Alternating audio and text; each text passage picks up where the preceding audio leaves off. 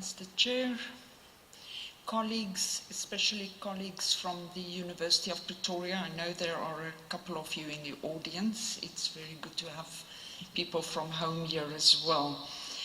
Presenting this first Hormuud lecture on African leadership is a great honor for me, and for two specific reasons. The first and the very important one is that this lecture series is fully funded by an African donor, as Abdi has already pointed out. I think this is a singular and a wonderful achievement that indicates in a very practical way that the continent is, however slowly, beginning to put its money where its mouth is, and to develop an independence that would allow us to increasingly set our own agenda that is determining how we deal with our situatedness in national and international contexts. I therefore commend Professor Samatar's efforts to establish this African-funded initiative, and I thank Hormuud Telecom Somalia for believing in the importance of ideas and therefore for putting money into this project, which is aimed at exploring issues of leadership on the continent. The second reason why I consider it an honor to deliver this inaugural lecture is the fact that South Africa is this year celebrating 20 years of freedom and democracy. This lecture therefore provides an opportunity to reflect on the past 2 decades through the lens of leadership. I do not claim South African exceptionalism, but I do believe that a number of factors, chief amongst which is the fact that South Africa was the last African country to be liberated, and a liberation, as you know, that generated great local and international expectations, that this does justify special attention. Also with a view to draw some lessons from the country's efforts and attempts to address the legacy of apartheid and its system of colonialism of a special kind. In dealing critically with the topic, I do not for one moment want to pretend that there are any easy or obvious answers. I do want to argue, though, that a caring and thinking or reflective leadership would deal differently with the problems and challenges that continue to beset South Africa at the start of its 3rd decade of democracy. I start off with a brief overview of the achievements, and there have been several of that, there is no doubt, of the past 2 decades, but also pointing out the extent to which the legacies of apartheid, namely poverty, unemployment, and inequality, persist as almost intractable problems. In the second section, I provide an explanation for the state of affairs, situating it in the nature of the negotiated settlement that ended apartheid and paved the way for democracy. I posit that we are confronted with an unresolved class struggle, which is still deeply racialized, and that the reason for our inability to deal with the structural roots of this struggle is the failure of leadership, a point that I explore in the 3rd section of the paper. So, to the achievements. Although, let me make it clear, I will, during the course of this lecture, return to these and point out the flaws and the downsides. The first achievement is surely the consolidation of formal democracy, despite attempts from time to time to undermine the Constitution and some of the basic rights enshrined in it. We see, for instance, a growth of opposition parties. The country's constitution is in and of itself one of the biggest achievements of the past 20 years and has served, despite some attacks on and attempts at undermining it, as the core instrument for promoting and upholding the basic rights of citizens. Closely linked to this achievement is the second one. South Africa has a fairly vibrant civil society, largely facilitated through press freedom. Again, there have been attacks on this core civil right, but thus far there has been no large-scale clampdown, in no small way thanks to the resistance of the trade union movement to attempts to stifle media freedom through the so-called secrecy bill. Third, and as far as the material living conditions of the population are concerned, the country has made some impressive gains. Let me give you a few statistics here. Households living in formal dwellings increased by 91% over the past 20 years. Real gross domestic product has increased by 32% per capita. Absolute poverty among black Africans has decreased by 14%, and this is largely due to social grants being paid to about 17 million people, close to a third of the population. And this is up from 2 million in 1994. Another impressive statistic is that the number of students enrolled in universities has increased by 78%. The number of black senior managers has increased by 885%.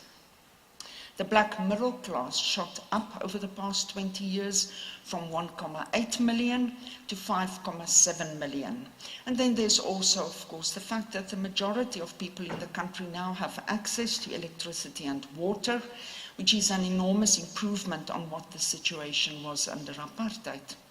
Overall, therefore, a good story that we can tell the world. However, there should be no doubt that the three core challenges that I've mentioned, poverty, inequality, and unemployment, remain as severe and critical as was the case 20 years ago.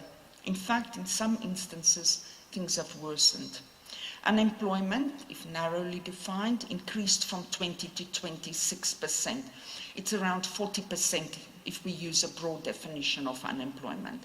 The Gini coefficient, which measures inequality, has also deteriorated, and the percentage of black Africans living in poverty increased by 10% between 1994 and 2014. And let's just remind ourselves that a black middle class of 5.7 million still means only about 10% of the population.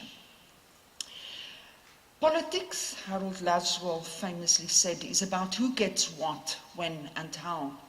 And the political economist Susan Strange taught us to ask cui bono, who benefits from the way in which scarce resources are distributed in a society. Inherent in this definition is the notion of power and power struggle, but also the notion of leadership. Who gets to decide who gets what, when, and how? The allocation of resources therefore often reflects a struggle for the primacy of one set of ideas over another. And the past 2 decades in South Africa can be read as the story of the struggle between ideas about the best way in which to effect socio-political and economic change as far as the core legacies of apartheid are concerned. My thesis is that we do not sufficiently grasp the significance of the current power contestations being played out daily in our country. Be these the often violent street or service delivery protests. We had about 12,000 of these over the past 12 months. That gives us 1,000 a month. The fracturing of the labor movement, the political organization of mainly disaffected youth through the economic freedom fighters, the crisis in the tripartite alliance, the faction fighting within the governing party, or voter apathy. In the May 2014 national elections, 40% of registered voters did not vote. What we are confronted with, I think, is a deeply unstable social order that will increasingly be characterized by violent struggles over the distribution of power and wealth. We, that is the government, the elites, the middle class, mainly white, but with, as I pointed out, a growing black component, are finding ourselves perhaps in the midst of our own Arab Spring or our winter of discontent. An ongoing and growing struggle for the way in which our society should be transformed. Class struggle, here understood simply as the contestation between the haves and the have-nots about state formation, is in essence about the kind of state that is being built in our post-apartheid society. New liberal economic approaches will have us believe that it is a fairly simple choice between state intervention, which is seen as socialist, or non-intervention, with the state as an institution that creates an environment in which the decision about who gets what, when, and how is left to market forces. In other words, allocating leadership to the market. But this is a false picture. Neoliberalism actually supports formal democracy. It is a central tenet of the post-conflict doctrine, and it requires a very active state, but a state that uses its power to ensure the growth of capital. The state, in neoliberal terms, is not a mere instrument in the hands of capital. It actively chooses to enhance, if not serve, capital, on the assumption that the wealth created will trickle down to all strata of society.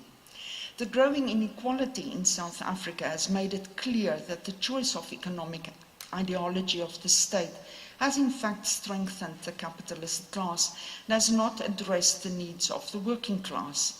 The struggle that we see now is for the heart of the state, for the ideas that will determine how the state will intervene in the economy and on behalf of whom, and not whether it intervenes in the economy. The negotiated settlement that ended apartheid and initiated South Africa's transition to democracy was the product of a very particular historical context that saw the triumph of global capitalism, most strikingly symbolized by the end of the Cold War. South Africa was not immune to the larger global upheavals of the time. It had, and it still has, an open economy, firmly integrated into the global economy, and this created a context in which the domestic situation was impacted by global trends and a set of leading ideas that dominated government and government practices. Our settlement, therefore, was not negotiated as an exclusively domestic agreement, but was heavily influenced by the broader international political economic context. What the negotiators had to contend with was with what I refer to as finding a compromise between the supply side and the demand side of ideas, what one can also perhaps call the tension between constraints and needs, or the struggle of agency within the confines of structure. And what we settled for and the consequences of that settlement largely determined our post-apartheid history. On the supply side, we have an international context in which by the end of the 1980s, we saw capitalism entering into a new transnational stage, increasingly capable of influencing state policy across the world because of capital mobility, which promotes, in the words of Stephen Gill and David Law, competitive deregulation. The transnational nature of capital is important for our understanding of the unresolved class struggle in South Africa. It is not foreign capital as such, but transnational in the sense that the financial markets that emerged in the last half of the 20th century have had three critically important implications for the more traditional productive activities of the industrial and agricultural sectors of economies, also those of South Africa. First, financial capital, as we all know, moves freely and at lightning speed across borders with little, if any, constraints. Second, this financialization of capital has resulted in a pattern of accumulation in which profit-making occurs increasingly through financial channels rather than through trade and commodity production.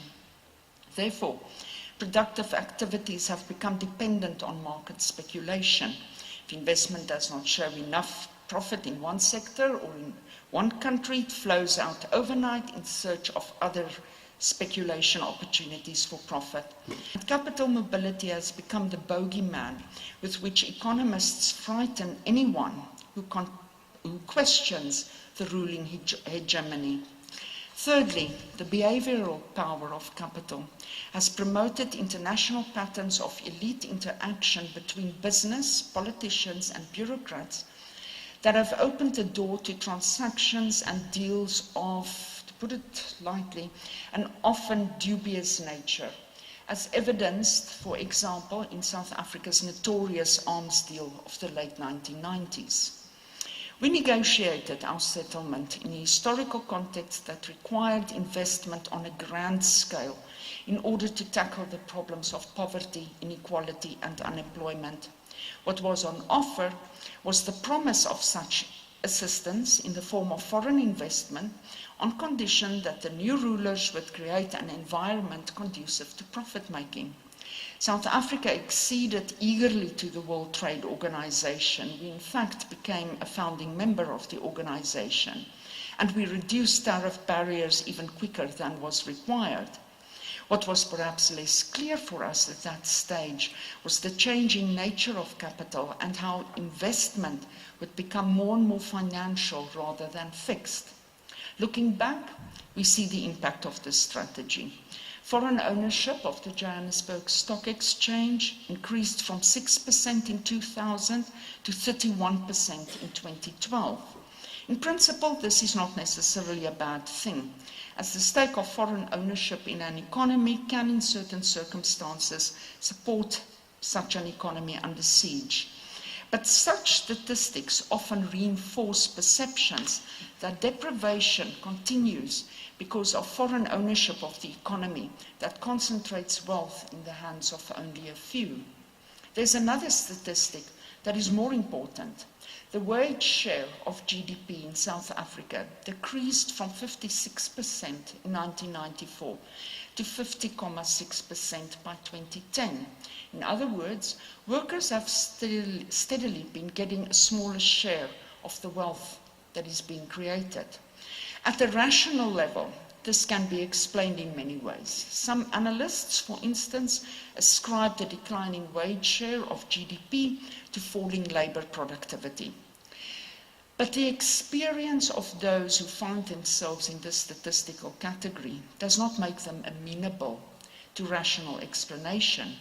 They live the poverty and inequality, and their gut reaction is protest and resistance.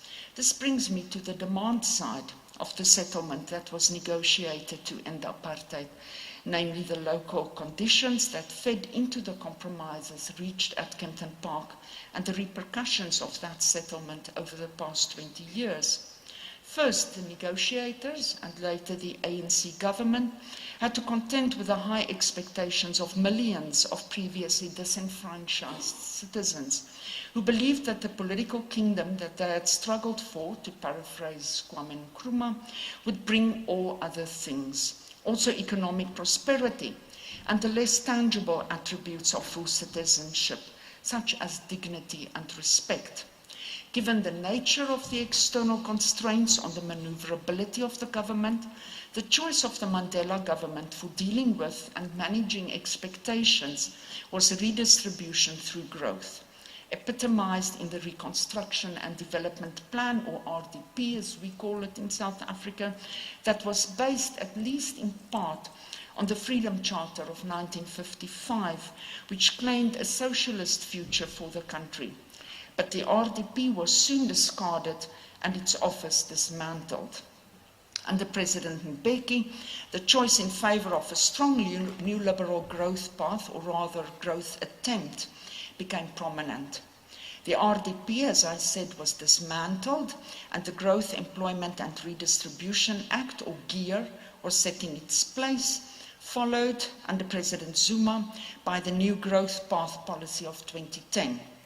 The building of a black economic elite that, it was assumed, would in turn grow the fledgling black middle class was prioritized through black economic empowerment. The accumulation model would be one of access to state resources through government procurement practices and regulatory interventions to ensure black equity in private firms. An ANC document of 1998 made this very clear, and I quote, "Thus the new state, in its procurement policy, its program of restructuring state assets, utilization of instruments of empowerment, pressure and other measures, promotes the emergence of a black capitalist class," unquote. All ideas, leadership ideas that I'm referring to. Although there is often recourse to the dictates of international trends and demands, a kind of faceless, nameless force that brooks no opposition, certain choices were made. The government exercised leadership, and it did so in favor of business. What we see, therefore, is a highly skewed distribution of resources. The who that gets the what of politics is a small elite, black and white, with a large majority having to settle for much less. Crucial to our understanding of the nature of the class struggle and the nature of the power of capital is the relationship between the government and senior political figures on the one hand, and the business sector through what has become known cynically in South Africa as tenderpreneurship. In this regard, for instance, President Zuma is on record that he does not believe that there is anything wrong with cabinet ministers being involved in business deals. One should therefore be careful not to see the business sector as wielding power over the government. Rather, theirs is a symbiotic relationship, the nature of which explains to a large extent the ditching of the Reconstruction and Development Programme and the adoption of stringently neoliberal policies. A second aspect of this unresolved class struggle, which is playing out in the protests and unrest witnessed daily in our country, is the ever-growing number of unemployed youth, which now stands at almost 50% of this age group. That's the age group 15 to 34. The levels of frustration and hopelessness among this sector of society are dangerously high, and these expectations and demands will grow. Achille Mbembe refers to these young black youth as stuck in a field of blighted possibilities, scavenging to live or simply to get through the day. So it is not only about the provision of some basic needs, such as housing, electricity, sanitation, and water. Hope of a better life, respect and dignity are also basic needs and are fulfilled in part through gainful employment, by the ability to participate in the economy and thereby to exercise choice. And closely linked to this is a third aspect, the inherent inequality of the so-called equal playing field principle, that is the hallmark of neoliberal economics, which assumes that equality boils down to a universal franchise. Yet the playing field in South Africa is not equal, it is uneven. Liberal democratic and economic principles and practice do not automatically translate into social democratic practices, and the ability to use the equal opportunities on offer is severely inhibited by poverty and historical inequalities. As an academic, I see this around me every day on my campus where I work. Students who comply with all the entry requirements, you will remember I told you our student population grew by 78% over the past 2 years.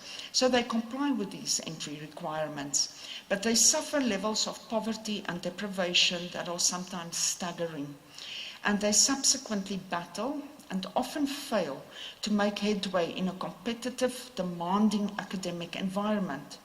Little wonder then that one is increasingly seeing the red berets of the economic freedom fighters also on our university campuses. The equal playing field offered the much needed massification of higher education, which has largely transformed the sector, at least as far as student demographics are concerned.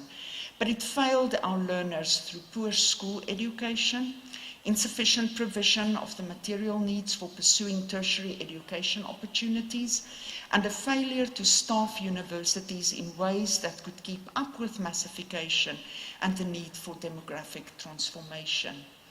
In short, and using insights from the work of Claude Ake, I argue that South Africa settled for a form of liberal and formal democracy that allows for the perpetuation of a capitalist model that benefits only very small sections of our population, rather than for a form of social democracy that allows for a class compromise that would allocate resources more equitably in society. And in this lies the significance of the current struggle of the working class, which in a certain sense is a kind of a misnomer. I mean, I understand the use of working class in the Marxist paradigm. But you know, most of the people in the working class aren't working because there is no work for them. So we also have to be careful when we talk about the working class. It is a struggle for a more inclusive and equitable social order, and this struggle increasingly rages outside of formal institutions in the form of the violent street protests that I've already mentioned, in civil disobedience and unprotected strike action. These are not only about tangible things, it's struggles over meaning and symbolic order, a struggle for new or renewed leadership, for new ideas, and a vision that will really transform our society. Leadership does not refer only to a leader. To understand leadership in the sense of the president is a poor leader, or our biggest problem is corrupt political leaders, is an oversimplification of what leadership entails.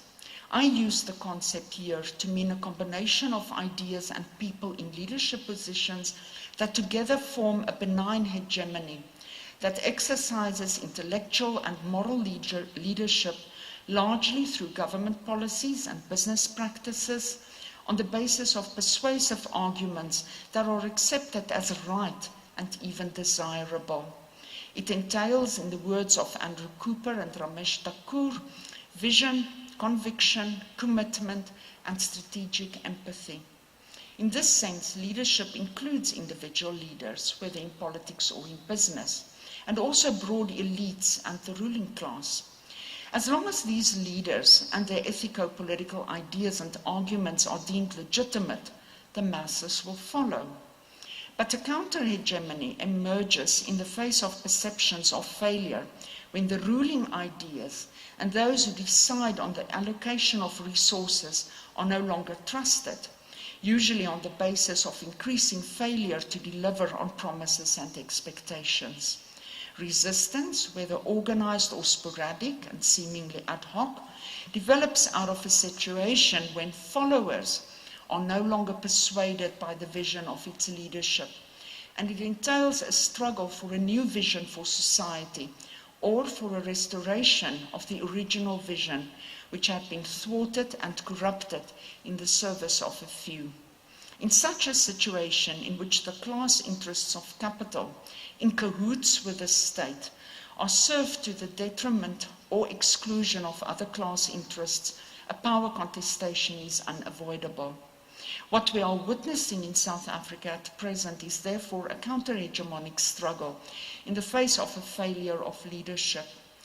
In the interest of time, I deal with only 3 manifestations of this failure, each of which helps us to understand our current political crisis. The first failure of leadership lies in the way in which the constraints that transnational capital placed on key political and economic actors, the supply side discussed earlier, were dealt with. Even within constraints, there are choices. The second choice was to emasculate the left. This was achieved largely through co-optation, and to call it the tripartite alliance. But it was also done through a social compact between the state, business and labor, in which business, or capital, was by far at that stage the most influential partner, thereby drastically weakening the power of organized labor and leaving the state, as Patrick Bond said of former President Mbeki, to talk left and to lead right. Yet ever since the late 1990s, this situation has been challenged by elements in the labor movement, resulting in 1998 in the creation or the formation of the Association of Mine Workers and Construction Union, or AMCU, who played such a prominent role in the platinum strike of 2012 to 2013. And most recently, we see it in the expulsion of the National Union of Metal Workers, or NUMSA, from the tripartite alliance partner COSATU. And this points to a large-scale shake-up in the world of labor, but also more broadly in South Africa's political landscape. And I think we're going to see the reverberations for some time to come. These 2 choices gave rise to at least 3 highly visible trends. First, the entrenchment of white privilege as manifested in income trends.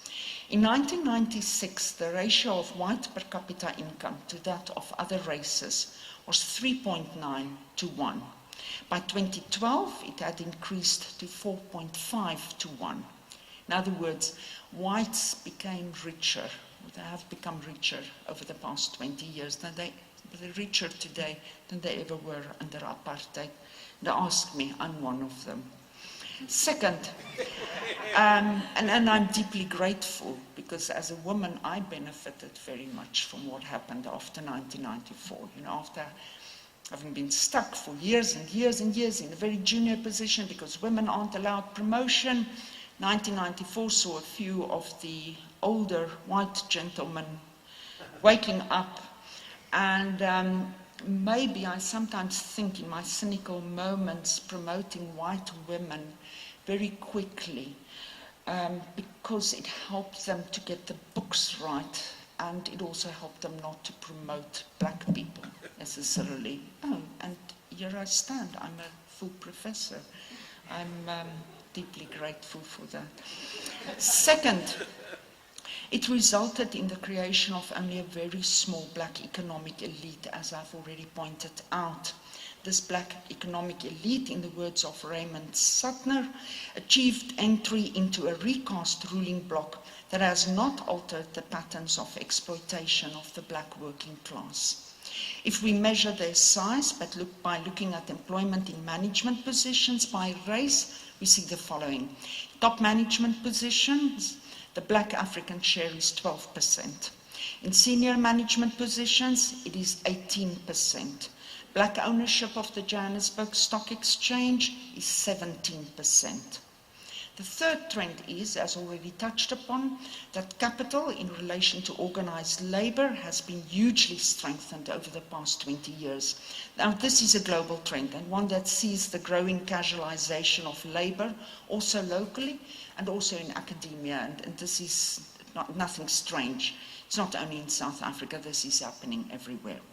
In South Africa, the power of capital vis-à-vis labor is starkly illustrated by conspicuous wealth consumption in the face of the real and perceived detriment of the working and the non-employed poor, and by what Roger Southall, in his analysis of the Marikana massacre, refers to as a total absence of concern on the part of the bosses for the social conditions in which their workers now live.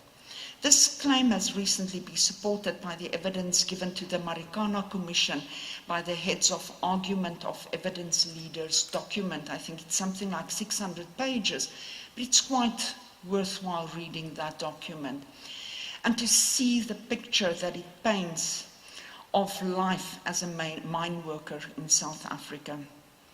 And it's interesting that the terms of reference of the Commission of Inquiry into the Marikana massacre were amended by the state so that matters such as the migrant labor system, the labor relations system on the mines, and the performance by the Department of Mineral Resources are no longer addressed by the Commission. So the state again exercises leadership and makes sure that it will come out of it, I suppose, it hopes, with a rather clean nose. But when mine workers strike in support of their demands for a minimum wage of 12,500 rand per month, they point to top mining bosses who earn millions per year. AngloGold Ashanti's Mark Kutifani earned a total of 43 million rand in 2012. In the same year, Amplatz's Neville Nicolaus' earnings were 18 million, and Nicholas Holland of Goldfields took home 45 million rand. Now, to argue, as happened during the Platinum Belt strikes of 2012-2013, to argue that the earnings of these executives constitute but a small percentage of total employee pay, less than 0.5% in fact, and that the demands of striking workers are therefore irrational, is to miss the point completely. The demands for higher wages by mine workers and in other sectors of the economy is an argument also for recognition, respect and dignity, as signaled in the economic value attached to their contribution to wealth creation, and it is a demand for inclusion or for an alternative set of leading ideas. A second failure in leadership lies in the degeneration of the governing party into, and here I quote Adam Habib, a grubby instrument of enrichment that speaks the language of empowerment and democracy, while its leadership and cadres plunder the nation's resources, unquote. The degeneration of the ANC into an instrument of enrichment, as Habib puts it, is first and foremost the direct result of the choice to create a black capitalist class through government procurement practices and regulatory interventions.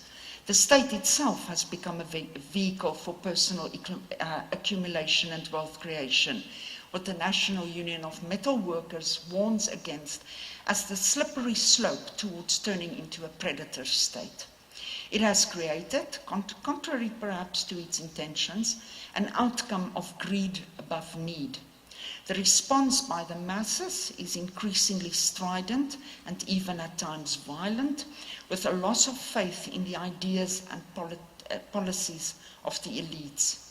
Secondly, because the state is now a means, if not very often the main means of accumulation, the ANC, as the party that controls the state and its alliance partners, are now themselves fractioning into competing factions. One fault line is still high political in that it represents an ideological divide between conservative forces, wedded to the tenets of neoliberalism, and leftist forces who want to change the nature of the state to serve working class interests.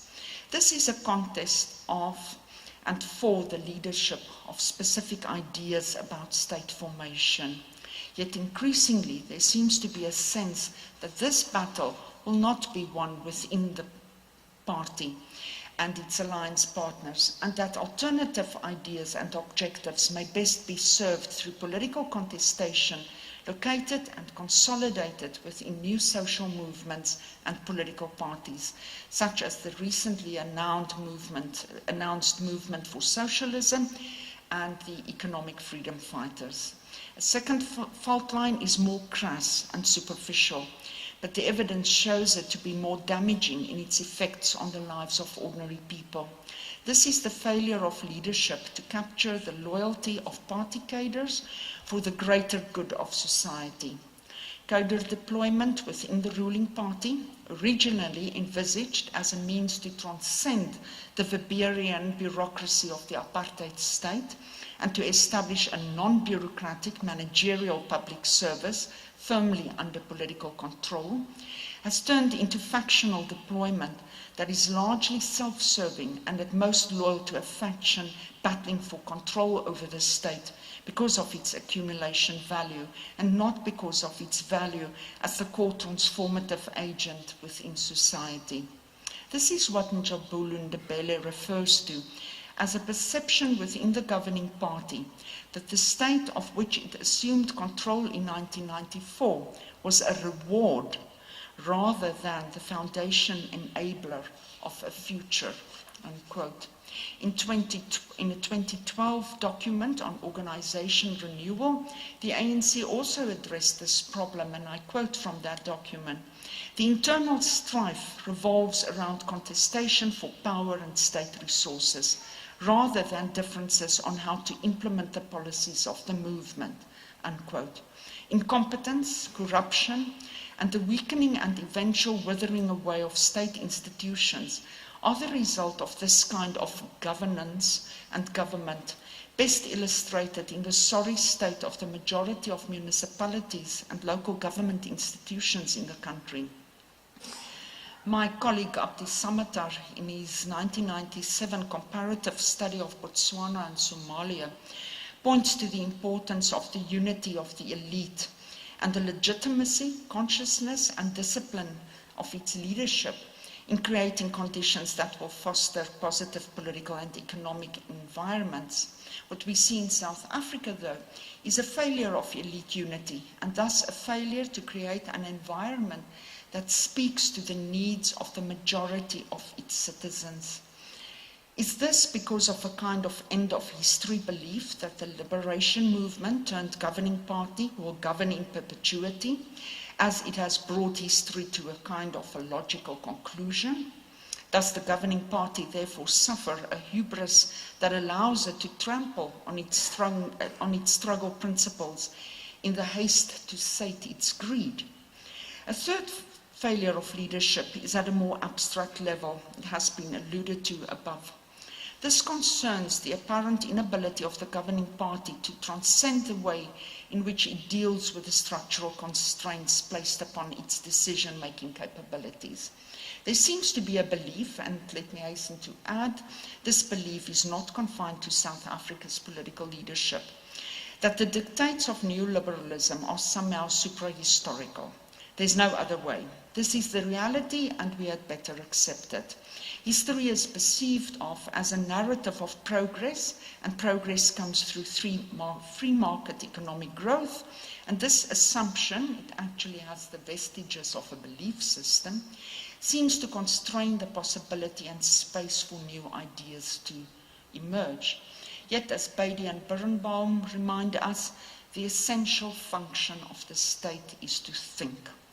What we see, though, is the failure of ideas in the sense of reconceptualizing a societal vision that would address the deepening class struggle in such a way as to bring genuinely inclusive developmental outcomes. And this is what leadership is about. It is about the courage and political will to seek socio-economic alternatives that would include, not exclude. It is about developing the means and the skills of implementation, not about succession struggles and fighting for the spoils of political power. Little wonder then that we see the development of alternative sites of struggle for the power to determine the nature of the state. A struggle, on the one hand, among those who see the state as a means to satisfy their unquenchable thirst for wealth, and on the other hand, a struggle between different visions for our society and different ways in which to achieve these visions. Its transformation into a genuine social democracy, one in which there are high levels of equality in social and economic outcomes, is not yet complete. In fact, as argued in my presentation, the struggle for a genuine transformation is ongoing, and it takes place within the context of poor leadership. I go back again to Njabulu Ndebele, who says, to choose to lead is the higher order challenge of history.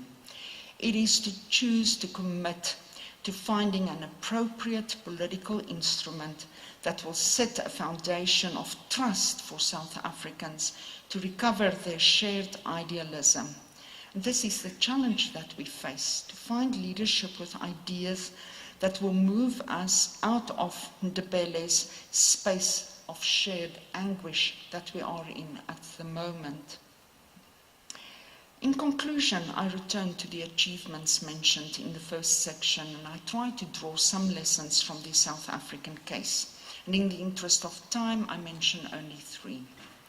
The first is that a strong civil society, exercising the rights that come with formal democracy, can play an important role in protecting the Constitution and other institutions responsible for checks and balances, ensuring transparency and promoting social democratic ideas and policies. This goes hand in hand with the requirement for strong watchdog institutions. This might not prevent political leaders from acting in bad faith, as we've seen in South Africa, but it does keep bad governance and weak and corrupt leadership in the public eye, and sometimes it does achieve victory.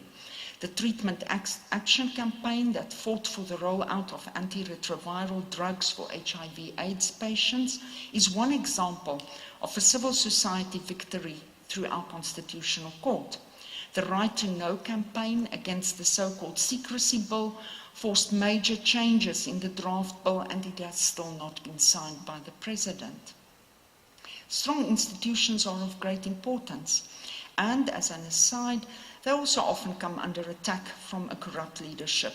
In the case of South Africa, the role of the public protector in ensuring and promoting transparency and accountability has, over the past few years, with Thuli Madonsela at its helm, become almost legendary. Though it is also clear that these so-called Chapter 9 institutions find it increasingly difficult to achieve accountability. The current Nkandla saga, of which you will all, I suppose, be familiar with, which is so reminiscent of the old "the king can do no wrong" or the sovereign immunity doctrine, illustrates very well just how difficult it is to move from promoting transparency to exacting accountability from leaders. Yet thus far, the struggle to prevent South Africa's democratic institutions from becoming captured or weak institutions has been largely successful, although there are strong misgivings about the extent to which the President continues to undermine the Constitution and its institutions, such as the offices of the Public Protector and the National Prosecuting Authority. But leadership does not emanate only from the state.